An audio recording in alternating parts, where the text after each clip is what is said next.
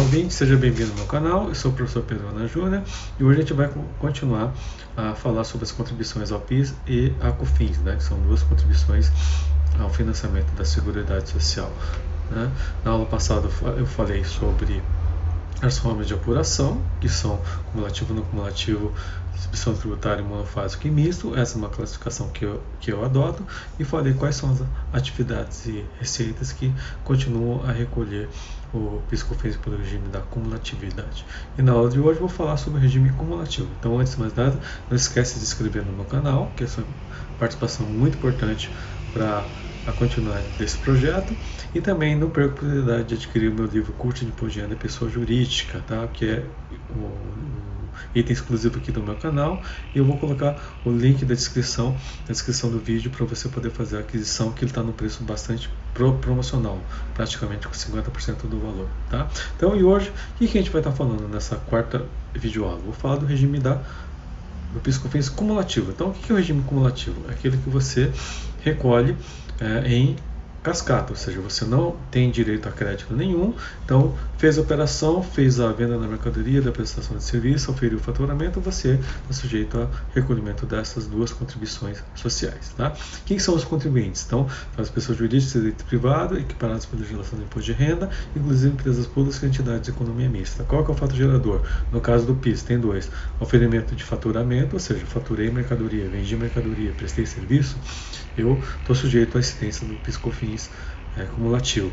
E no caso de entidades imunes isentas, eu vou recolher o PIS/COFINS, como eu não tenho faturamento, pela folha de salário. E no caso da COFINS, oferimento de faturamento. Então, no caso da COFINS, eu tenho oferir o faturamento, eu estou sujeito ao recolhimento dessa contribuição social. E no caso, faturamento, qual que é o conceito, né, no caso do PIS/COFINS cumulativo? É assim entendido como receita bruta de que trata o artigo 12 do Decreto-Lei 1598, de 26 de dezembro de 77. Então, o PIS/COFINS cumulativo, ele vai utilizar um conceito que está na legislação do imposto de renda, no caso do Decreto-Lei 1598, de 77, tá? Como base legal, né? E isso está expressamente onde? No artigo 2º e 3º da Lei 978 de 98, com alterações dadas pela Lei 12973 de 2014. Então, qual que é o conceito de receita bruta ou faturamento, né, que está previsto no artigo 12, né, do Decreto-Lei 1598 de 77? Então, vamos lá. A receita bruta compreende produto da venda de bens na operação de conta própria. Então, vendeu mercadoria, vendeu produto centralizado, vendi um bem, né, que eu comprei para revenda, eu ofiro receita bruta. Receita bruta é essa que está sujeita à incidência do PIS/COFINS cumulativo. Inciso 2, o preço da prestação de serviço em geral. Então, prestação de serviço também, prestei serviço, estou sujeito ao PIS/COFINS cumulativo. No caso, uma sociedade de advocacia, uma sociedade de contadores, uma empresa de tecnologia que presta serviço, está sujeito ao regime da cumulatividade. Prestou serviço, é fato gerador do PIS/COFINS cumulativo. Inciso 3, o resultado oferido na operação de conta alheia, ou seja, as receitas de intermediação de negócio. Então, eu estou intermediando a venda de um imóvel, por exemplo, sou uma empresa imobiliária. Então, a comissão que eu recebo é chamada operação de conta alheia. Empresa de telefonia, por exemplo, quando ela deixa usar a rede, usa a rede de uma outra operadora, né, e recebe a receita através da fatura do cliente, parte daquela receita não é dela, a receita é da operadora do outro estado, porque eu utilizei a rede dela. Então, eu vou cobrar do cliente o valor total, só que a receita minha é só pela utilização da minha rede. Então, essa é a operação de conta alheia, no caso de empresa de turismo, né? Qual que é a receita da empresa de turismo? É comissão. Então, quando eu compro uma passagem aérea através de uma agência de turismo, a agência de turismo ganha 10%. Então, ela cobra de mim no do cartão, tá? Eu pago aquela passagem aérea para ela e ela repassa para a companhia aérea o valor decorrente da passagem, menos a comissão de 10%. Então, essa comissão é que está sujeita à tributação pelo PIS/COFINS cumulativo, não o valor total da passagem aérea, tá? Porque essa não é receita minha, é da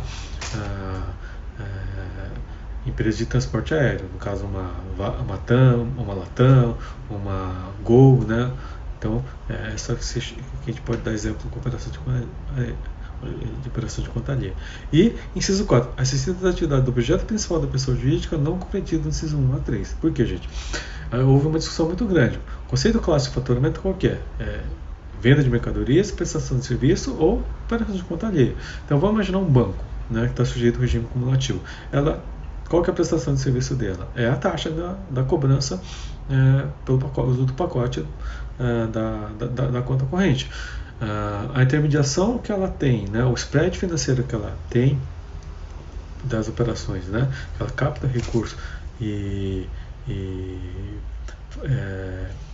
emprestam o valor, essa diferença de taxa de juros, né, ela não é prestação de serviço, ela não é venda de mercadorias. Então, ela não estaria incluída no conceito de faturamento. Então, houve uma alteração pela Lei 12.973, colocando 614, que se a atividade daquela empresa sujeita ao regime da cumulatividade for o objeto principal, né, como no caso de banco, essa receita está sujeita ao regime da cumulatividade justamente para evitar, né, as discussões judiciais que estavam tendo, porque muitas empresas entendiam que isso não era o conceito clássico de faturamento, portanto não deveriam ser tributadas. Tá? Qual que é a alíquota do PIS/COFINS cumulativo? No caso do PIS é 0,65% e no caso da COFINS 3%. Tá? Então, na hora que a gente comparar com o regime não cumulativo, que é 1,65% e 7,6%, você vê aqui o regime da não cumulatividade tem uma carga tributária muito maior, né, já que ela tem direito a descontar crédito. Tá? O que eu posso excluir dessa base de cálculo? O que eu posso excluir dessa receita? Quais são as receitas que não devem ser tributadas o posso excluir da base de cálculo? Então, as vendas canceladas, os descontos condicionais concedidos, porque isso não representa, né, conclusão de venda. Então, a venda cancelada ela não se materializou. Os descontos condicionais que eu concedi também, eu posso bater do preço, do valor. Então, isso pode ser uma dedução da base de cálculo do PIS/COFINS. As reversões de provisões e recuperação de créditos baixados como perda que não representam ingressos de receita nova, porque uma recuperação de crédito, né? Eu já reconheci a receita lá atrás. Quando eu recupero esse crédito que eu reconheci como perda, ele não é receita nova, portanto não deve ser tributado novamente. Reversão de provisão, mesma coisa, porque quando eu reconheci a provisão foi uma despesa indedutível, portanto